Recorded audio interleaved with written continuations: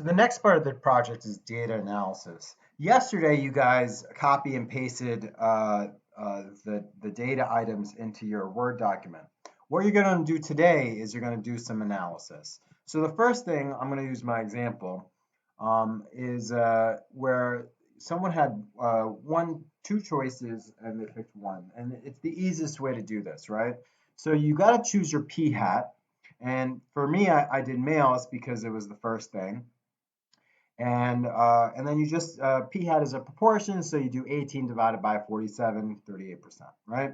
And then for females, you just do 1 minus p hat. Now, in truth, it's really both female and non-binary, but nobody selected non-binary, so I just kept it a female. The 1 minus p is anything but the proportion, right? So so anyway, so you write the female proportion, which is 62%. Then the next thing you have to do is do the CLT conditions met, which is just multiplying your p hat by the sample size. But guys, don't do that. Basically, what you'd get is the same number that's here, right? So just write this down, but then go back to your data and pull that it's 18 and 29, right? So 18 were the number of people that identified it as male, and that's greater than 10. And 29 were the number of people who identified as not male, 1 minus p, right? Or in this case, that was female because nobody said they were non-binary. And that's 29, and both are greater than 10. So we can then move on to using the central limit theorem. So now what we can do is we can enter in uh, the, the data into our calculator to find our confidence interval. So as a reminder, with your calculator, you hit bars, you go to test, oh, I'm sorry, stat, you go to tests, and then you go all the way down to A, and you put in 18 for the X, 47 for the N, right? X is the target, 47 is the sample size, C level is 0.95, calculate. All right, and we get 0.244 and 0.521, and that's how we input that into, that's our confidence interval. Now, if you didn't download the calculator yesterday using my video on how to download the calculator, there are other tools you can use. There's a great website here that that I'm going to post in the assignment. It's so the sample size is 47, and that's what you put in here.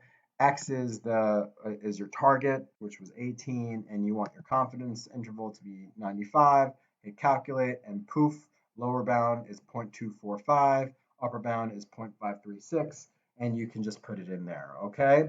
So what we're going to do now is we're going to put in our confidence intervals for each one, and then move on to the next. So you're analyzing each piece of data. Now, for things that are a little more complicated, like here where there were multiple responses, right? P hat is someone is between the ages of 17 and 18, right? So just so you guys know, when I used to teach this class, it used to be a senior level class. So a lot of seniors responded to this. So so anyways, P hat is someone is between the ages of 17 and 18. So that's 16 people. Now, the reason why I chose that is because my CLT conditions wouldn't be satisfied unless it was greater than 10. So that's why I chose this, because this is 16, and there's some things here that are less than 10. So that wouldn't have worked out for me. So I do my P and my 1 minus P. Again, I do my CLT conditions, right? 16 is greater than 10, good. 31 plus 16 is equal to 47. So 31 is greater than 10, so that's good. And remember what I said before, right? 1 minus P is just whatever is not that thing. So P in this case is 17 to 18, right? So 1 minus p is anyone who's not between, and here, I write it right here. So if you're confused, just read it here. And I'm going to post this example on there too to help you guys out.